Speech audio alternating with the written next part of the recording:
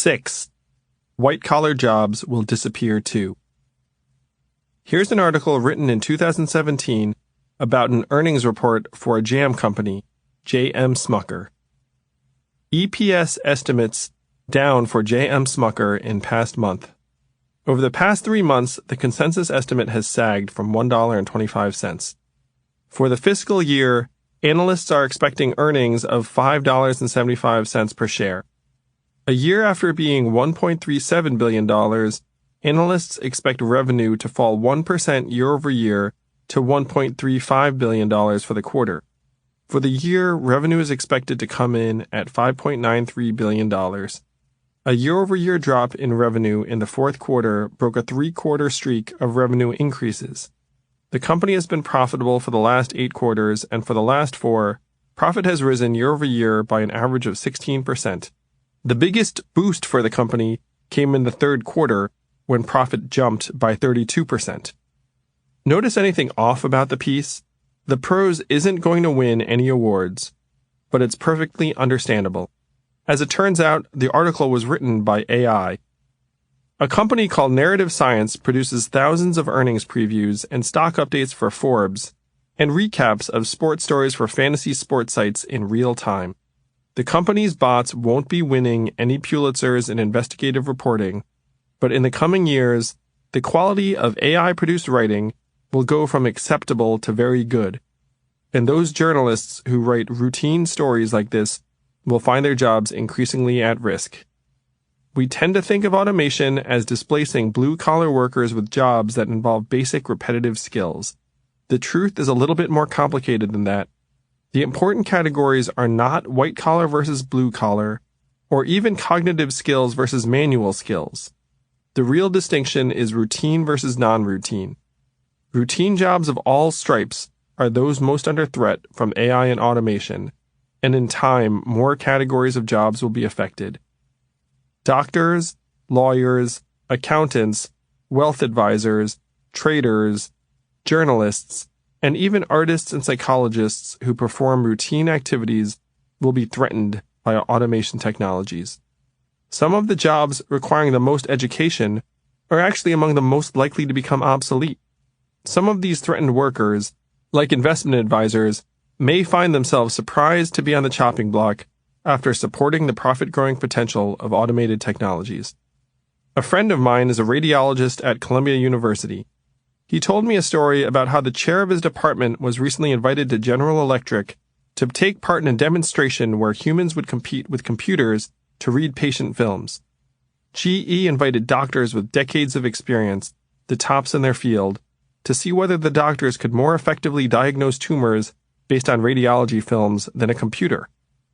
Guess who won? The computer won quite easily. It turns out a software program can see a shade of gray on a film that is invisible to the human eye. The computer can also draw on millions of films to compare it with, a much larger reference set than even the most experienced doctor.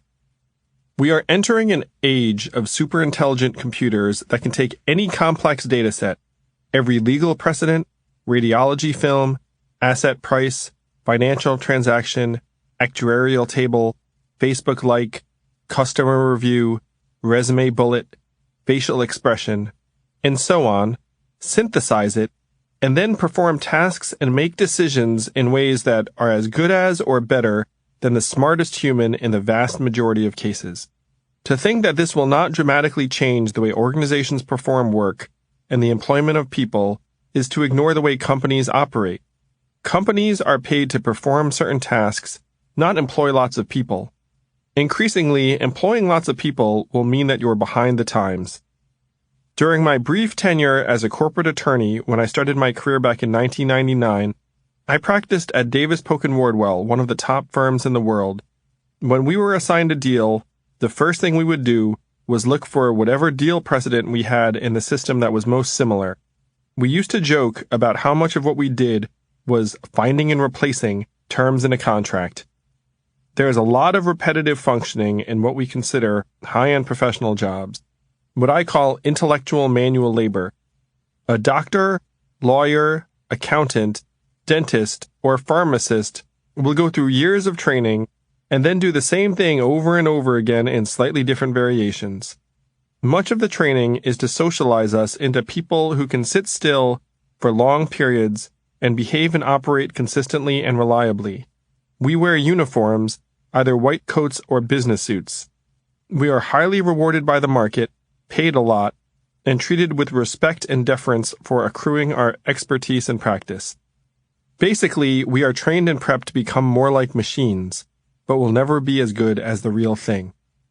As you can see in the accompanying PDF, the Federal Reserve categorizes about 62 million jobs as routine, or approximately 44% of total jobs. The Fed calls the disappearance of these middle-skill jobs job polarization, meaning we will be left with low-end service jobs and high-end cognitive jobs and very little in between. This trend goes hand in hand with the disappearance of the American middle class and the startlingly high income inequality in the United States. The vanishing jobs are due in part to the incredible development of both computing power and artificial intelligence. You might have heard of Moore's Law, which states that computing power grows exponentially, doubling every 18 months. It's hard to understand what exponential growth means over time. Take the example of a 1971 Volkswagen Beetle's efficiency. If it had advanced according to Moore's Law, the vehicle, in 2015, would be able to go 300,000 miles per hour and get 2 million miles per gallon of gas. That's what's happening with computers. People didn't think Moore's Law could hold for the past 50 years, but it has, and computers continue to get smarter. Intel, Microsoft, Google, and IBM are investing in quantum computers that store information on subatomic particles that would extend Moore's Law for years to come. We are just now hitting the rapid ascent of computers that are unfathomably fast and powerful. When the IBM computer Deep Blue defeated the world's foremost chess master in 1996, people were impressed, but not that impressed. Chess is a game where there is a very large but finite number of moves and possibilities, and if you have enough computing power, you can project out all of the next possible steps. Go is another story. Go is a 3,000-year-old Chinese game with theoretically infinite moves. In order to beat the world's best Go players, an AI would need to use something resembling judgment and creativity in addition to pure computation. In 2015, Google's DeepMind beat the world's best Go player and then did it again in 2017 against other world champions. Go champions looked at the DeepMind strategies and said that it used moves and tactics no one had ever seen before. New kinds of AI are emerging that can do much of what we now consider intelligent and creative. You might have heard the term machine learning, which is an application of AI in which you give machines access to data and let them learn for themselves what the best methods are. Machine learning is particularly powerful because you don't have to prescribe the exact actions and routes. You set guidelines and then the AI starts synthesizing data and making choices and recommendations. Some of the early applications of machine learning include tagging images, spam filtering, finding keywords in documents, detecting outliers for credit card fraud, recommending stock trades, and other rules-based tasks. Machine learning is often used in conjunction with another term you've heard, big data. Because of the digital revolution, we now have access to much more information than at any point in history, and the rate of new information is growing exponentially. One estimate is that more data has been created in the past 2 years than in the entire history of the human race. For example, we perform 40,000 search queries every second just on Google, which adds up to 1.2 trillion searches per year, each of which represents a new piece of information. By 2020, about 1.7 megabytes of information will be created every second for every human being on the planet. Much of this information is mundane, a catalog of people clicking on friends' photos on Instagram and the like. But the point is that in this flood of new data, there will be very useful pieces of actionable information. The author Yuval Harari postulates a world where, based on analyzing your online data, an AI could tell you which person you should choose to marry. There is now big money pouring into trying to process all of this information. One estimate is that a typical Fortune 1000 company can make another $65 million a year by increasing its use of data by 10%, and that only 0.5% of available data is presently analyzed and used. Another estimate is that the healthcare system could save $300 billion per year or $1,000 per citizen per year, with improved use of data. Industries that utilize large amounts of data, like financial services, are already being transformed to take advantage of new capabilities. The finance industry is in many ways a natural home for automation. The tasks are highly repetitive and logical, the institutions are rich and efficiency-minded, and the culture is hyper-competitive. Founded in 2008, Betterment is an automated investment service that by 2017 had more than $9 billion under management. With lower fees and automated investment decisions, Betterment and its competitor Wealthfront largely replaced the traditional financial advisor. Said the Financial Times, younger clients don't want and can't afford an annual meeting with an advisor talking about the relative pros and cons of emerging markets, bonds, or structured products. They want simple guidance and 24-hour access. They don't want advice delivered in an office. They want an app. By 2020, global assets under management of robo-advisors are projected to skyrocket to $8.1 trillion, and 72% of investors under 40 said they would be comfortable working with a virtual advisor. 5,500 floor traders once roamed the trading floor of the New York Stock Exchange. Now there are fewer than 400, as most trading jobs have been taken over by servers running trading algorithms. Those scenes you see on CNBC are not of the New York Stock Exchange, but of the Chicago Mercantile Exchange, where they still have enough humans to make a good backdrop. Goldman Sachs went from 600 NYSE traders in 2000 to just 2 in 2017, supported by 200 computer engineers. In 2016, the president of the financial services firm State Street predicted that 20% of his 32,000 employees would be automated out of jobs in the next 4 years. A new AI for investors platform called Kensho has been adopted by the major investment banks that does the work that used to be done by investment banking analysts to write detailed reports based on global events and company data. Kensho is valued at $500 million after less than 4 years in business. With Kensho, a report that would have taken 40 hours for a highly educated human being paid $250,000 per year can now be done in minutes. Accordingly, Bloomberg reported that Wall Street reached peak human in 2016 and will now shed jobs progressively, which has been borne out by layoffs this year at most of the major banks.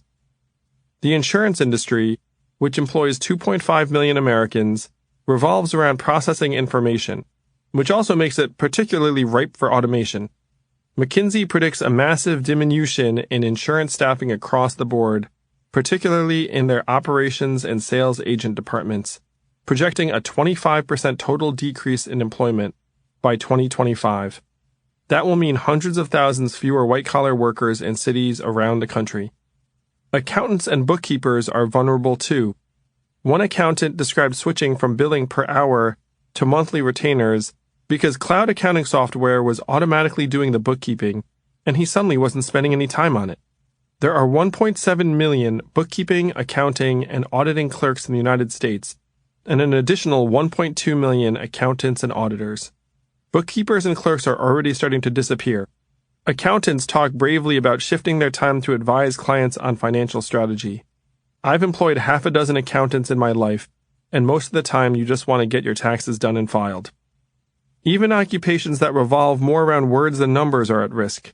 A Deloitte report in 2016 projected that 39% of jobs in the legal sector will be automated and that the industry should expect profound reforms in the next 10 years.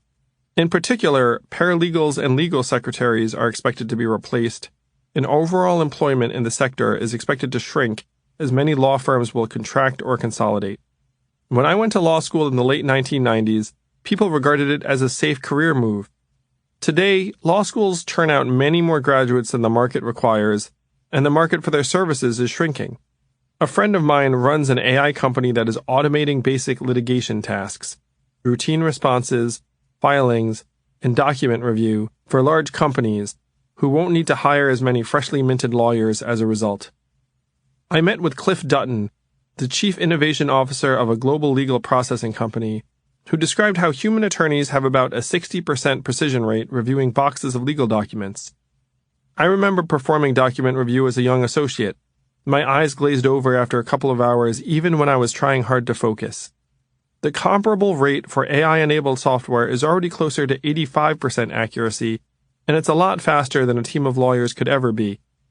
Even more than lawyers, doctors have built up their expertise, wisdom, and decision-making ability through many painstaking years of both training and practice. Yet I asked a high-end doctor friend who attended MIT and Harvard how much of medical practice he thought could be performed via automation. He said at least 80% of it is cookbook. You just do what you know you're supposed to do. There's not much imagination or creativity to most of medicine. I sat with a technologist to project which aspects of medicine were most ripe for automation. His responses were radiology, as discussed earlier, pathology, very similar, family medicine, a nurse practitioner or even layperson could handle most issues with the assistance of AI, dermatology, similar, and a couple other specialties. He also talked about how surgeons he knows enjoy the robot-assisted operating theater because it greatly enhanced their vision and ability to see things, and the robot tools automatically accounted for unwanted movements and motions like a trembling hand. Also, students who were meant to train could see everything without being in the room, and the surgeon could review his procedure after the fact. I asked if doctors could potentially perform surgeries from remote locations. He responded, "Eventually. Right now doctors want to be nearby, and the latency of long-distance data transmission still could cause delays or lags." Still, he agreed that robo-assisted surgery will soon open up the ability for a top surgeon to perform surgeries around the world. It also means that you can record surgeries and all of the micro-decisions that surgeons make. With that data, eventually AI could analyze thousands of surgeries and know what to do in every situation. The first robot dental implantation, with no human intervention, just took place in China in September 2017. The robot went in and installed 2 new implants that had been printed by a 3D printer. Robot supersurgeons might be 1 generation away.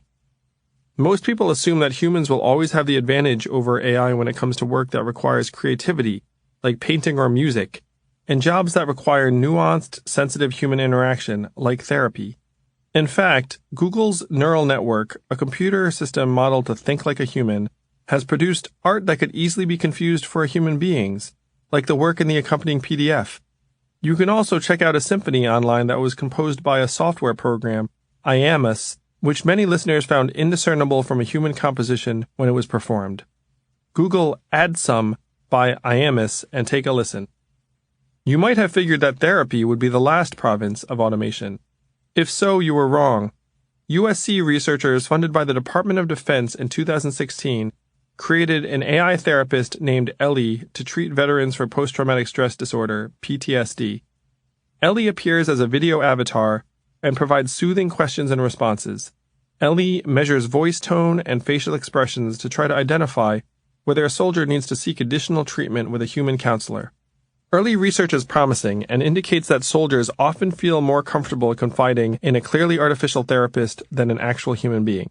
Ellie is meant to be a complement to human therapists, but one can easily imagine her checking in with patients in between appointments and taking on more over time. When I was 13, I had to have 4 teeth pulled in preparation for wearing braces. I was actually kind of excited about it because I saw my dad's teeth and was like, whatever it takes, let's not have those. I remember going to the dentist and wondering what kind of magic he would employ to pull the teeth. Not much. Dr. Goodman just put some pliers on the first tooth and yanked and jerked until it came out. The second one was stubborn, and he had to shift positions a few times. I remember him putting his foot on my chest and yanking away. I walked away thinking, wow, dentists have to be kind of strong to do what they do. Also, my jaw hurt. I tell the story because often the boundary between what we consider intellectual and manual work will be unclear. Surgeons are among the highest trained, most highly compensated doctors because cutting people open is a big deal. Yet their highest value work is, for the most part, manual and mechanical. My surgeon friends often swear off activities like basketball because they're worried they'll hurt their fingers or hands. Some jobs might not go away the instant new technology arrives that could replace them. Much of how automation unfolds in medicine is dependent upon regulations and licensing. It is presently illegal to do many things without a doctor or pharmacist license. This is very likely to be a field where technical innovation far outstrips implementation because doctors will fight the steps and they have a very powerful lobby. They will argue that no one is as good for a patient as a highly trained human doctor, even in the face of dramatic evidence to the contrary as AI improves. Some patients also might prefer seeing a human doctor, though I suspect this preference will fade over time. There are many obstacles to AI truly becoming broadly intelligent. One neuroscientist described most systems today as being better than a human could ever be at one specific task and dumber than a 2-year-old at anything else. Still, our conception of what is beyond the capacity of a computer is about to change. There's a lot of white-collar and creative work that can be automated. In startups, we have a saying of what to do when you're not sure what the answer is. Throw money at the problem. Soon the answer to everything will be throw AI at the problem. If you think your job is safe from computers, you'll probably be wrong eventually. The purpose and nature of work is going to change a lot in the next 10 years. The question is, what will drive this change, aside from the fact that fewer of us will have jobs to go to?